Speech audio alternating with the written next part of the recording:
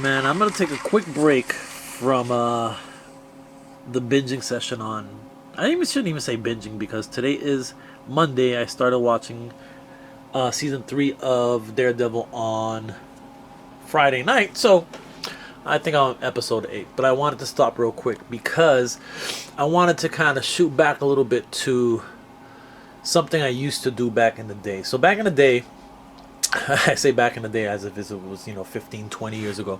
So back when I first started making dials, the way I would record these videos would be that I'd first and foremost kind of show you the dial with no cuts, no slices, no brickwork, no nothing, just kind of it magnetized. Do like a 2-minute segment, then I'd come back and slice it all up and then show you guys kind of where the brick is at and kind of do a 2-minute section and paint it black and come back. So I'd kind of do that whole from beginning to end. Then at one point, after I got consulted by someone who said, listen, maybe it's better if you just show the end result, as my videos were pretty long and there wasn't a lot of people that were sitting through the whole thing. So I decided to just go shorter videos, done project, with tutorials here and there. But for this project, I kind of wanted to take it back to the old school a little bit and show you guys a project that's almost half complete and half starting, if that makes sense. So you guys get an idea of what it looks like before and after in terms of it sitting right next to each other. Let me take this light out the way. So this is a project from my homie Rana, who has been very patient. I've been working on this for months on end. Various reasons why I've had to stop and go and work on other projects and so forth and so on. So he wanted kind of an alleyway type dial, but he wanted it to be on the bigger end with a couple of different levels. And so, told me to get creative with it. So what I did is created something where we have 2 buildings, and in between is kind of, so you see kind of the sidewalk. We're going to do some crosswalk, paint here and then continue the sidewalk over here. So it's, if people are walking this way, they can turn to their right or their left and see inside this alleyway. And instead, this alleyway is a fire escape, a couple windows there. Just finished this fire escape today. These aren't easy if you want to make them right. And what I mean by that is a lot of times what people generally do is they just take skinny sticks and slap them on the outside of 2 sticks and kind of glue them together. And what happens is that it starts looking kind of messy and doesn't look as realistic as what these these fire escapes really look like. Having grown up in the city and having lived in places that had fire escapes, for the most part, let me switch that over here. These the bars are usually round, and so they're also not sticking out. So what I did is I dremeled them to a certain point, so they weren't sticking out. But then the bottom, you may be able to see here.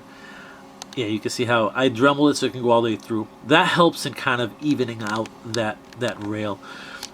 With the level where you stand on, I did it as close to accurate as possible, where the skinny sticks are just kind of going, that way.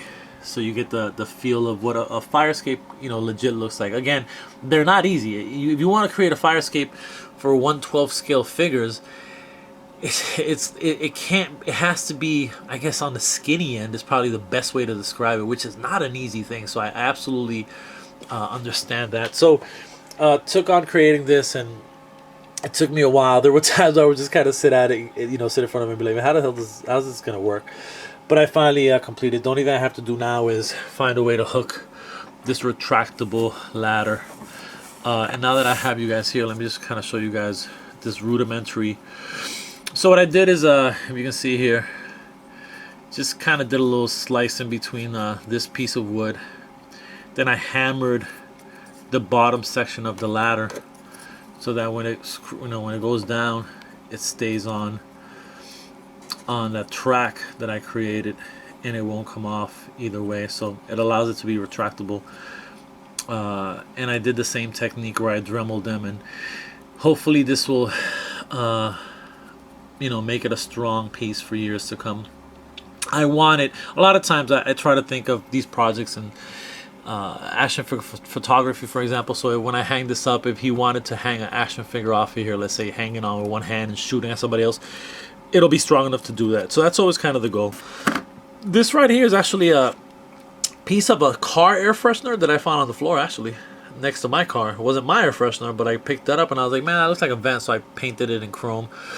You know, the normal things that I usually use, kind of that project foam for this, and then installation foam for that. One of the things I want to show you guys is, and I've shown this before, and I don't want to make this video super long, but a lot of times the hardest part is hiding seams and so forth. So in this particular case, what I did here is I created it so that this overlaps a little bit, so it hides that seam a little bit. It makes it look a little bit more complete.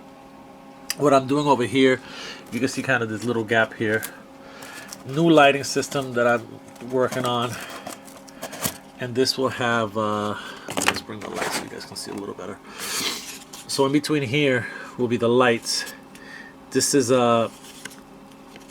vellum paper, so the lights would be, and I had to unstick this so I can glue the lights to the top of here, and then I'll have 3 lights there, so they'll light from the vellum paper, and I'm actually using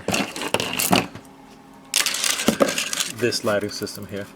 So I have 3 of those lights going through there. Then I have a couple other lights kind of pointed towards the window to make it look like it's lit from the inside as well. And it's just kind of a battery operated type of deal. So yeah, so this is phase 1 of, or video 1 actually, of this project. So I had told Rana that I wanted to create a video where you can kind of see some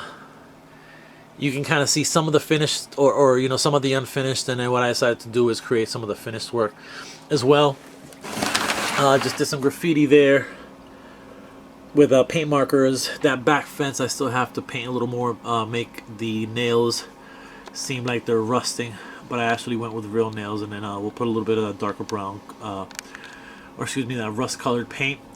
That vent there is handmade from skinny sticks as well, and that's just a piece of this truck that I found at Savers. Like $4, $3 or $4, and I just took it for pieces. And we got some signage there, and a window, the door. I want to do a little more in terms of paint on the door. So we already have like 2 or 3 levels of paint. I want to make it like 4 or 5 levels, just to kind of give it that grungy look. I made these gaps a little bit bigger so I can put some greenery in here, make it seem like there's just some grass growing from the cracks of the cement. Yeah, man, so this is where we're at. I will go through measurements and how tall and all that other stuff on video number 2. Again, just wanted to show you guys what it was looking like so far, and hopefully within a week or 2 this will be complete. I am working on some other projects as well on the side where I've been cutting them up and kind of doing that thing, so I'm pretty excited about the stuff that I'm going to be releasing in the next couple of months. I also just want to show you guys this. It is Monday. Have yourselves a wonderful week, and I am out. Peace.